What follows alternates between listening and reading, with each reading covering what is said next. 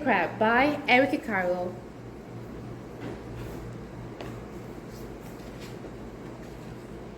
Time to move, said Hermit Crab one day in January. I've grown too big for this little shell.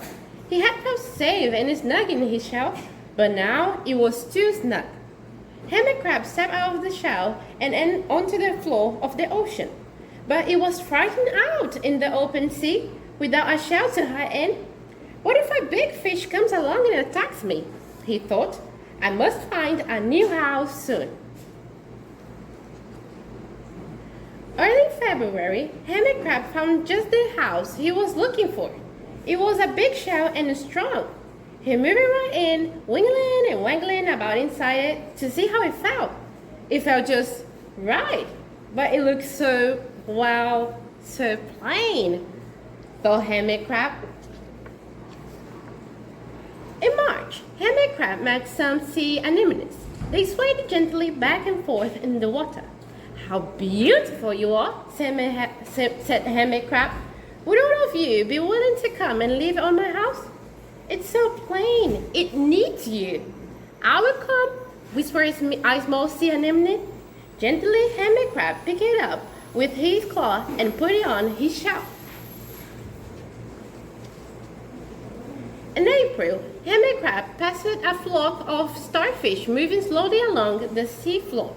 How handsome you are, said Hermit Crab. Would all of you be willing to decorate my house? I would, signaled a little sea star. Carefully, Hermit Crab picked it up with his claws and put it on his house. In May, Hermit Crab discovered some coral. They were hard and didn't move. How pretty you are, said Hermit Crab. Would all of you be willing to help to make my house more beautiful? I would, cried a crystal coral. Gingerly, Hermit Crab picked it up with his claw and placed it on his shell. In June, Hermit Crab came to a group of snails crawling over a rock on the ocean floor. They grazed as they went, picking up algae and bits of debris and leaving a neat path behind them. How tired and hard-working you are, said Hermit Crab. Would all of you be willing to come and help clean my house? I would, offered one of the snails.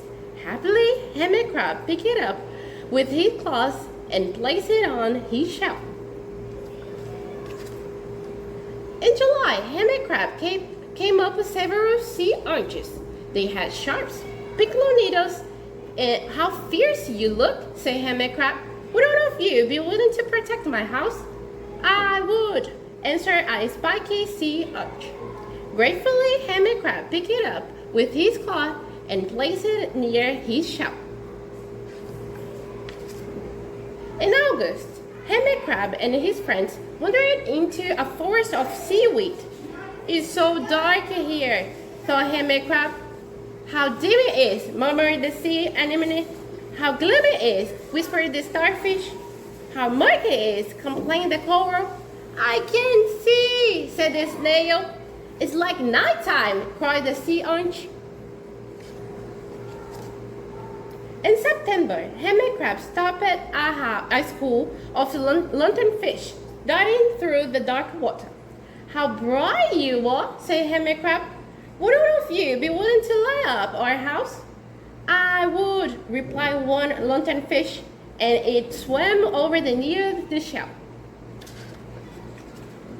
In October, Hermit Crab approached a pile of smooth pebbles. How sturdy you are, said Hermit Crab. Would you mind if I rearrange you? Not at all, answered the pebbles. Hermit Crab picked them up one by one with his claw and built a wall around his shell. Now my house is perfect, cheered Hermit Crab. But in November, Hermit Crab felt that his shell seemed a bit too small. Little by little, over the year, Hermit Crab had grown. Soon he would have to find another big home.